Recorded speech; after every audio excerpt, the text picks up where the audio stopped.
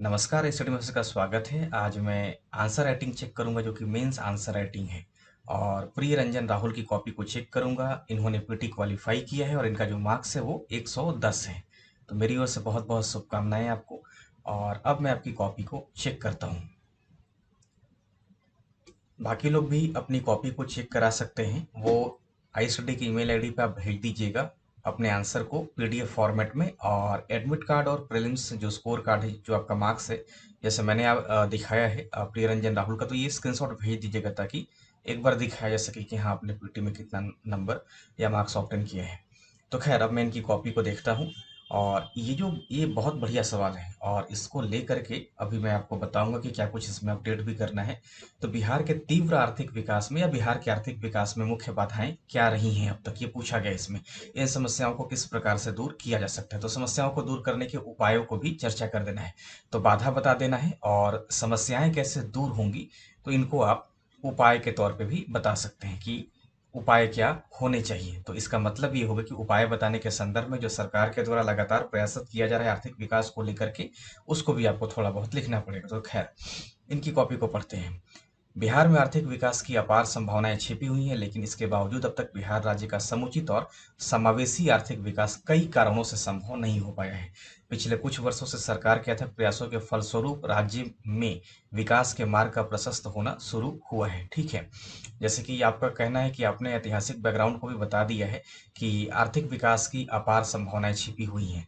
तो स्वाभाविक है कि अपने आप में गहरा अर्थ है। तो खैर, और बिहार राज्य का समुचित और समावेशी आर्थिक विकास कई कारणों से संभव नहीं है। इन कारणों पर भी आप बताएंगे। खैर, यह पूर्णतः सच है कि जब तक बिहार का संपूर्ण आर्थिक विकास पूरा नहीं होता है, तब तक भारत को विकसित अर्थव्यवस्था बनाने का सपना अधूरा रहेगा। तो खैर, बिहार के तीव्र आर्थिक विकास में आपने अब बाधाएं लिखा है। सबसे पहले कि अत्यधिक जनसंख्या, दूसरा खनिज संसाधनों का अभाव दिख रहा है। ये जो अत्यधिक जनसंख्या है, आप इसको थोड़ा भाषाई सुधार कर दीजिएगा। जनसंख्या की विस्फोटक प्रवृत्ति आप लिख दीजिएगा। अत्यधिक जनसंख्या लिखने का अर्थ हो जाता है कि एक तरीके से सकारात्मक भी होता है जनसंख्या। तो अत्यधिक जनसंख्या न करके आप जनसंख्या की विस्फोटक या जनसंख्या वृद्धि की विस्फोटक प्रवृत्ति आप लिख दीजिएगा कि साल दर साल जो बिहार की जनसंख्या है वो लगातार विस्फोटक तरीके से बढ़ रही है और इतनी सारे जनसंख्याओं का जो नियोजन करना है बहुत कठिनाई हो जाता है। तो आप इसको लिखिएगा। और इसके फलस्वरूप राज्य में गरीबी है, बेरोजगारी है, तमाम सारी समस्याएं हैं वो हैं। गरीबी के अपने कारण है, बेरोजगारी के अपने कारण है, अशिक्षा के अपने कारण। तो खैर, आप बस जनसंख्या की विस्फोटक प्रवृत्ति लिख दीजिएगा। खनिज संसाधनों का अभाव आपने लिखा है कि झारखंड के निर्माण के बाद जो खनिज संसाधन से संपन्न क्षेत्र है वो झारखंड में चला गया है और बिहार खनिज संसाधनों के मामले में बिल्कुल निर्धन राज्य की श्रेणी में आ गया है। फलस्वरूप कच्चे माल की उपलब्धता की समस्या के कारण आर्थिक विकास को प्रभावित हुआ है। ठीक है, आपने यहाँ पे ठीक लिखा है। कृषि का पिछड़ापन आपने बताया कि राज्य की 70% जो आबादी है वो, अगर आप डेटा देखेंगे तो 77 डेटा दिया गया है। अगर आप बिहार सरकार की वेबसाइट पर देखिएगा तो 77% जो कार्यशील आबादी है बिहार की, वो कृषि के ऊपर डिपेंडेंट है। लेकिन कृषि के घाटे का सौदा होने के कारण 70% आबादी विपन्नता के कुचक्र में फंसी है और इतनी बड़ी आबादी की दयनीय आर्थिक हालत। अब ध्यान रखिएगा कि आपने यहाँ पर ठीक लिखा है कि कृषि चूंकि घाटे का सौदा हो गई है और बिहार में जो जोतों का आकार है वो काफी छोटा है। इस कारण से कृषि जो है वो उस स्तर पर नहीं हो पाती है जिस स्तर पर होना चाहिए, जितनी जनसंख्या बिहार में है। नई औद्योगिक नीतियों का अपर्याप्त क्रियान्वयन। तो नई औद्योगिक नीतियों का अपर्याप्त क्रियान्वयन के बारे में आपने लिखा है कि 1991 के आर्थिक सुधारों का लाभ बिहार। तो आप इसको हटा दीजिए, इस पूरे लाइन को हटा दीजिए। आर्थिक नीतियों का बिहार में बढ़िया क्रियान्वयन इस समय हो रहा है। तो ये हो सकता है कि आप वर्ष 2000 के संदर्भ में आप कह सकते हैं कि ठीक है, आर्थिक नीतियों का पर्याप्त क्रियान्वयन है, लेकिन 2021 के संदर्भ में आप ये ठीक नहीं कह सकते हैं, क्योंकि बिहार को अगर देखिएगा तो तमाम तरीके से बिहार जो है वो अपने औद्योगिक पिछड़ेपन को दूर करने का कोशिश कर रहे हैं। और इस संदर्भ में अगर आप देखिएगा तो बियाडा बहुत बढ़िया भूमिका निभा रही है। साथ ही निवेश को आकर्षित करने के लिए कई सारे प्रयास किए जा रहे हैं, उन पर भी चर्चा मैं करूंगा। तो खैर, इसको हटा दीजिए। इंफ्रास्ट्रक्चर की कमी को लेकर है। औद्योगिकरण के लिए अत्यधिक आधारित, ठीक है, इंफ्रास्ट्रक्चर संरचनाओं की आवश्यकता सर्वाधिक होती है। भूमि है, ऊर्जा है, जल है, परिवहन है, कानून व्यवस्था आदि की पर्याप्त उपलब्धता। अब यहाँ पे थोड़ा सा ये ध्यान रखिएगा कि इसको अगर लिखते हैं आप इंफ्रास्ट्रक्चर का, तो आप इंफ्रास्ट्रक्चर का भी अपर्याप्त विकास हुआ है। कानून व्यवस्था का पर्याप्त उपलब्धता यहाँ पे हटा दीजिएगा। कानून व्यवस्था की दयनीय स्थिति आप लिख सकते थे कि चूंकि लंबे समय से जो बिहार है वो कानून व्यवस्था की समस्या से जूझता रहा है, और तब जब नक्सली गतिविधि ज्यादा होती थी, इस कारण से विकास भी काफी प्रभावित हुआ है। प्रशासनिक लाल फीताशाही और नीतियों में कमी, तो नीतियों में कमी हटा दीजिएगा।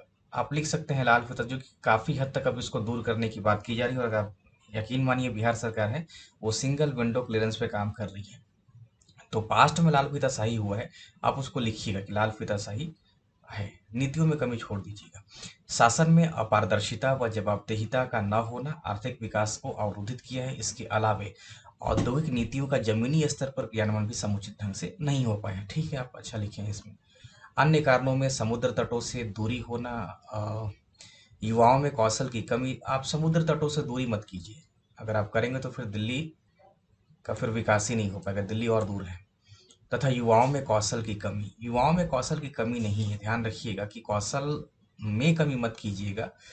ये जो युवा हैं उनके लिए कौशल बढ़ाने का कोई उपाय नहीं किया गया। आप लिखिए कि युवाओं के लिए कौशल विकास कार्यक्रमों का अभाव।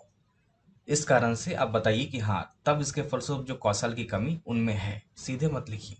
उपभोक्ताओं के क्रय शक्ति का कम होना भी बाधक सिद्ध हुआ है। ठीक है, अब इनके उपायों को आप सीधे लिखना शुरू कर दिए।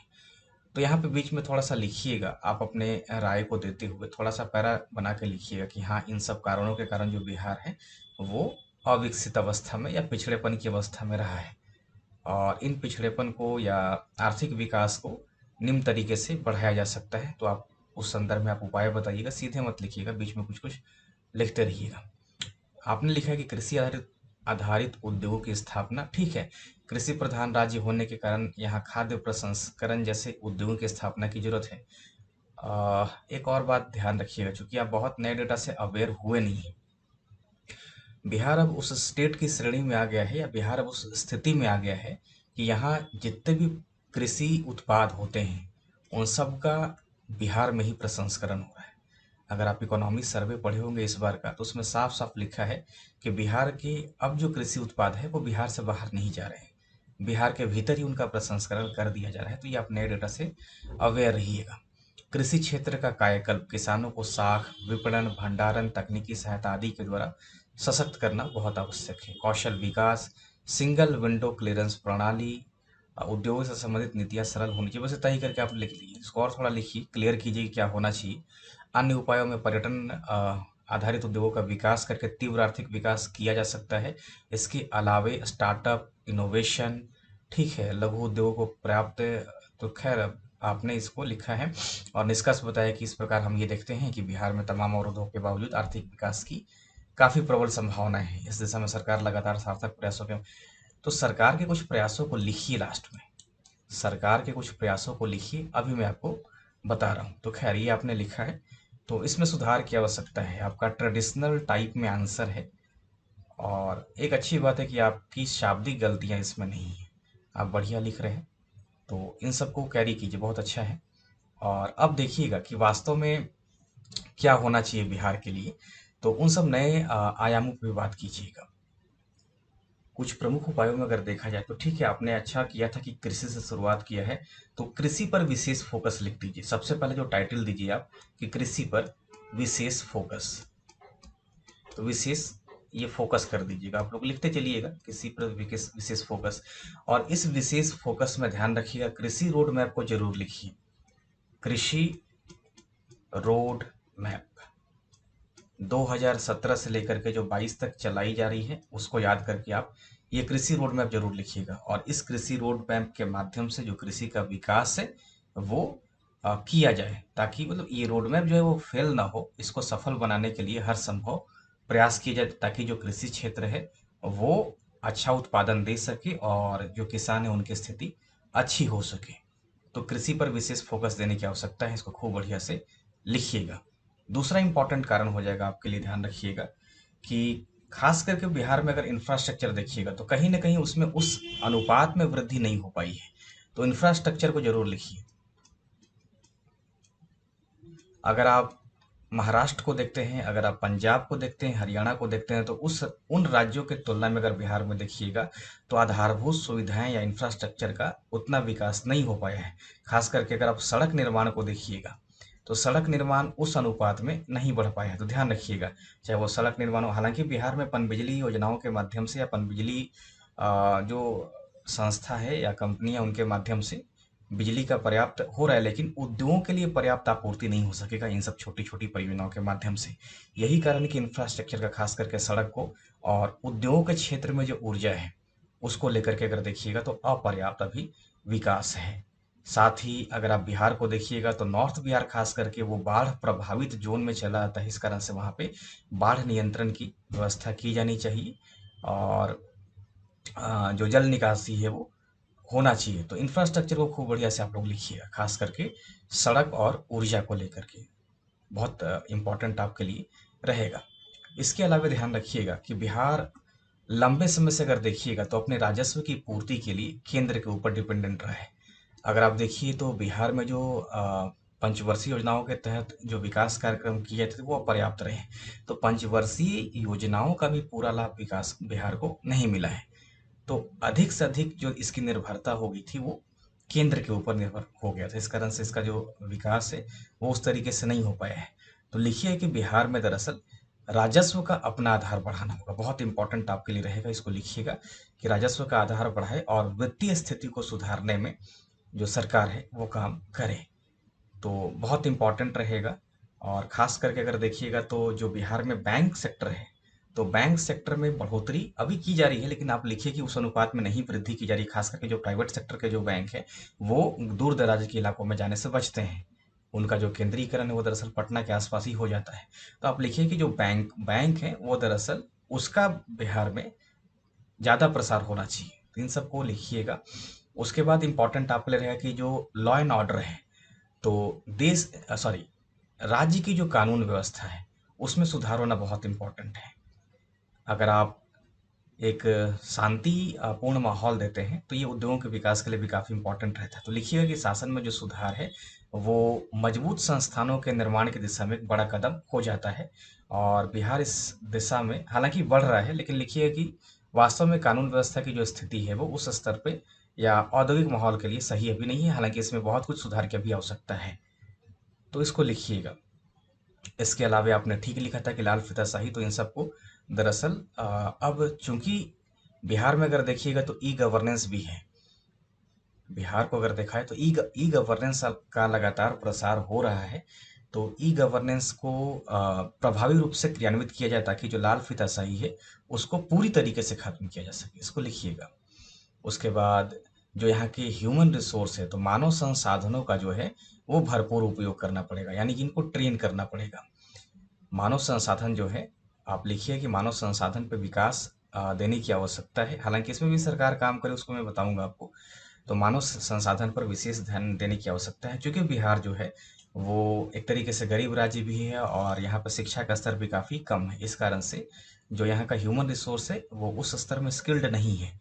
अतः इस ह्यूमन रिसोर्स को लगातार स्किल्ड किए जाने की आवश्यकता है ताकि जो राज्य है वो तेजी से विकास कर सके। तो ये सब लिखिएगा। और एक इम्पॉर्टेंट रहेगा आपके लिए, बिहार के लिए जो बहुत बड़ी चुनौती है वो दरअसल शहरीकरण के लिए है। तो बिहार में अगर आप देखिएगा तो मात्र 11.3% जो है वो शहरीकरण या शहर या नगरीकृत है बिहार का। तो शहरीकरण दरअसल होना बहुत इम्पोर्टेंट रहेगा, ध्यान रखिएगा। तो शहरीकरण अगर हो जाए तो बिहार में जो ह्यूमन रिसोर्स है वो काफ़ी अच्छे से प्रगति करेगी। तो आप लिखिएगा कि एक मजबूत अर्थव्यवस्था के लिए शहरीकरण का होना बहुत महत्वपूर्ण होता है। और शहरीकरण की प्रक्रिया अगर तेज होती है तो शहरों का जो शहरों में जो विकास होगा उससे राज्य का भी विकास होगा। और चूंकि शहरीकरण होगा तो स्वाभाविक रूप से जो इंफ्रास्ट्रक्चर है वो बढ़ेगा, और जब इंफ्रास्ट्रक्चर बढ़ेगा या शहरीकरण बढ़ेगा तो आर्थिक गतिविधियां बढ़ेंगी। तो आर्थिक गतिविधियां बढ़ने से जो राज्य है वो आर्थिक स्तर पर ठीक रहेगा।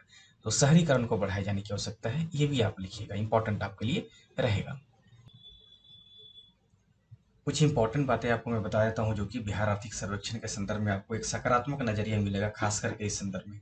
अगर आप बिहार इकोनॉमी सर्वे को देखें तो इस इकोनॉमी सर्वे के माध्यम से अगर आपको मालूम चलेगा कि बिहार की जो ग्रोथ रेट है वो 10.5 5% की दर से बढ़ रही है, जो कि भारत की जो अर्थव्यवस्था है उसकी वृद्धि दर से ज़्यादा है। तो एक सकारात्मक नज़रिया आपको यहाँ पर दिखाई देगा, तो आप इसको भी लिख सकते हैं। दूसरा इंपॉर्टेंट पॉइंट लिख सकते हैं कि बिहार की अर्थव्यवस्था में जो सेकेंडरी है, यानी कि जो मैन्युफैक्चरिंग सेक्टर है, और जो तृतीय क्षेत्र है, जो सर्विस सेक्टर है, उसकी वृद्धि लगातार हो रही है। जो मैन्युफैक्चरिंग सेक्टर है वो ध्यान रखिएगा, इकोनॉमी सर्वे में 20.3 का दिया है, और जो सर्विस सेक्टर है वो दरअसल 60.2 का दिया है, वो ध्यान रखिएगा। तो आप डेटा मत लिखिएगा, आप लिख दीजिए बस कि जो द्वितीय क्षेत्र है और तृतीय क्षेत्र है उसकी जो वृद्धि है वो लगातार हो रही है। उसके बाद ध्यान रखिएगा कि इसी इकोनॉमी सर्वे में बताया गया है कि जो कृषि आधारित जो कारखाने हैं उनकी जो वृद्धि दर है, तो उनको देखने से ये पता चलता है कि बिहार में कृषि उत्पादन के बड़े हिस्से का जो वास्तविक प्रसंस्करण है, जो प्रोसेसिंग है, वो दरअसल बिहार राज्य में ही हो जा रहा है इस समय। ये भी एक सकारात्मक आप दिखा सकते हैं। चौथा पॉइंट जो आप दिखा सकते हैं कि बिहार औद्योगिक निवेश प्रोत्साहन नीति 2016 को लिख सकते हैं। तो बिहार औद्योगिक निवेश प्रोत्साहन नीति 2016 के माध्यम से राज्य को अनेक जो उत्पादक इकाइयां हैं, जो प्रोडक्शन जो यूनिट होते हैं, वो उसके लिए निवेश का जो प्रस्ताव है वो पास हुआ है या प्राप्त हुआ है, और इनमें से कुछ इकाइयां लगभग काम करना भी शुरू कर दी, तो आप इसको लिख सकते हैं। उसके बाद उद्योगों के विकास में या उद्योग विभाग के प्रयासों को सहायता देने के लिए बिहार औद्योगिक क्षेत्र विकास प्राधिकरण यानी कि बियाडा की स्थापना की गई है।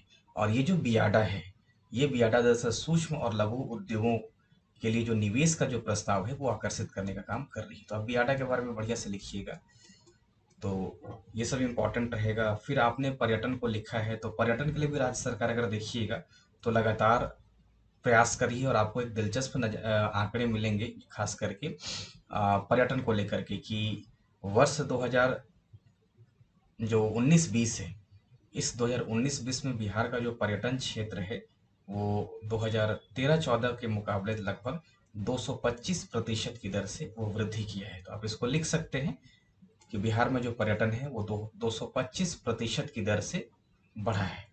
आप इसका संदर्भ भी दे सकते हैं कि बिहार आर्थिक सर्वेक्षण 2020-21 के अनुसार। खूब बढ़िया से इसको लिख दीजिएगा, तो ये इम्पोर्टेंट आपके लिए रहेगा।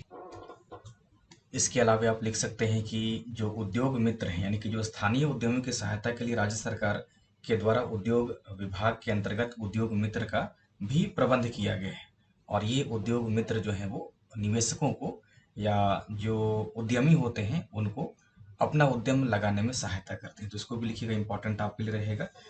कौशल विकास मिशन की जो बिहार कौशल विकास मिशन है, इस बिहार कौशल विकास मिशन के तहत जो राज्य सरकार है वो युवाओं की कौशल को निखारने का भी काम कर रही है। तो कौशल को बढ़ाने के लिए, उनको स्किल्ड करने के लिए बिहार कौशल विकास मिशन के तहत लगातार प्रयास किया जा रहा है। बिहार स्टार्टअप नीति 2017 को भी लिख सकते हैं, जो कि 16 में आई थी। तो या तो बिहार स्टार्टअप नीति 2016 लिख दीजिए या 17 लिख दीजिए, जिसमें जो उद्यमी हैं वो दरअसल अपने स्वयं का अगर कोई उद्यम शुरू करते हैं तो उस संदर्भ में भी ये बात हो जाएगी। तो खैर इसको याद रखिएगा कि बिहार कौशल विकास मिशन, बिहार स्टार्टअप नीति 2016, बिहार औद्योगिक निवेश प्रोत्साहन नीति 2016, ये सब लिखिएगा, ये सब आपके लिए इम्पोर्टेंट रहेगा। और बिहार सरकार के सहयोग से अगर आप देखिएगा तो औद्योगिक संघ है, बिहार उद्यमिता संघ का भी प्रावधान किया गया है, जो कि इंक्यूबेशन सेंटर के माध्यम से विकास का काम कर रही है। तो ये सब आपके लिए इम्पोर्टेंट रहेगा, इसको लिखिएगा। और भी कुछ इंपॉर्टेंट पॉइंट आप लिख सकते हैं, जिसमें आप अगर चाहें तो पर्यटन को भी लिख सकते हैं। तो पर्यटन में अगर देखा जाए तो तमाम परिपथों का भी विकास हुआ है, खास करके बौद्ध परिपथ है, जैन परिपथ है, रामायण परिपथ है, शिव शक्ति परिपथ है, सूफी परिपथ है, सिख परिपथ है, गांधी परिपथ है, इको परिपथ है। तो इन सब परिपथों के माध्यम से ध्यान रखिएगा कि पर्यटन को विकास या पर्यटन को बढ़ावा देने के लिए राज्य सरकार लगातार प्रयास कर रही है। और भारत पर्यटन सांख्यिकी 2019 के अगर डेटा को देखिएगा तो 2018 में घरेलू पर्यटकों को आकर्षित करने के मामले में बिहार का देश में 14वां स्थान, और विदेशी पर्यटकों के आगमन के दृष्टिकोण से अगर देखिएगा तो 9वां स्थान रहा है। तो आप कायदे से लिखिए कि पर्यटन को विकास देने के लिए जो सरकार है वो लगातार परिपथ के माध्यम से, अलग अलग परिपथ के माध्यम से इसको बढ़ावा दे रही है। आप इसको लिखिएगा, तमाम परिपथ के बारे में मैंने आपको बता दिया है। एक इम्पॉर्टेंट आपके लिए रहेगा कि इसमें जरूर से लघु और कुटीर उद्योगों को लिखिए या फिर मध्यम और लघु उद्योगों को जरूर लिखिएगा। अगर देखा जाए तो इस क्षेत्र में जो कॉम्फेड है, यानी कि जो दूध उत्पादन है और जो चीनी उद्योग है वो बहुत अच्छे से विकास इस समय या बढ़ रहा है, ध्यान रखिएगा। तो कॉम्फेड जरूर लिखिएगा कि कॉम्फेड के आधार का विस्तार किया गया है और इससे दूध आधारित जो विभिन्न उत्पाद है उसका जो उत्पादन है काफी बढ़ गया है। अगर आप इसको संक्षेप में समझिए तो बिहार में लस्सी का और दही का बहुत ज़्यादा उत्पादन इस समय बढ़ा है।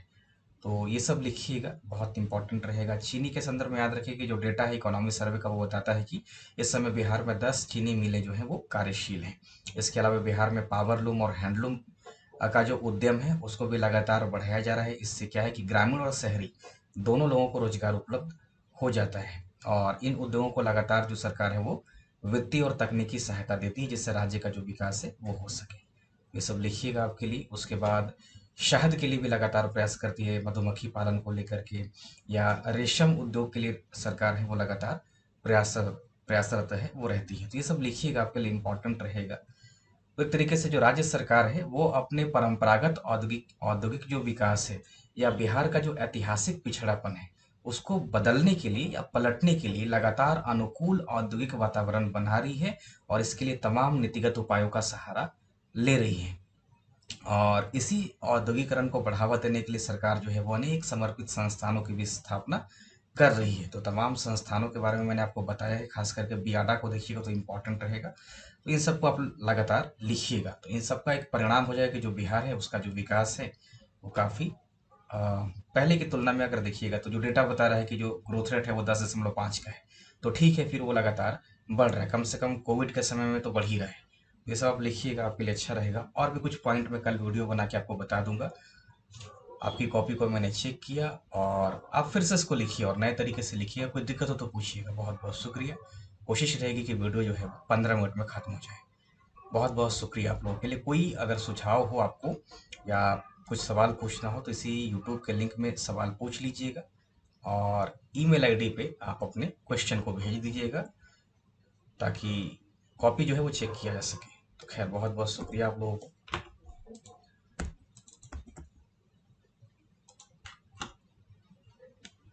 इस ईमेल आईडी पे आप लोग भेज दीजिएगा।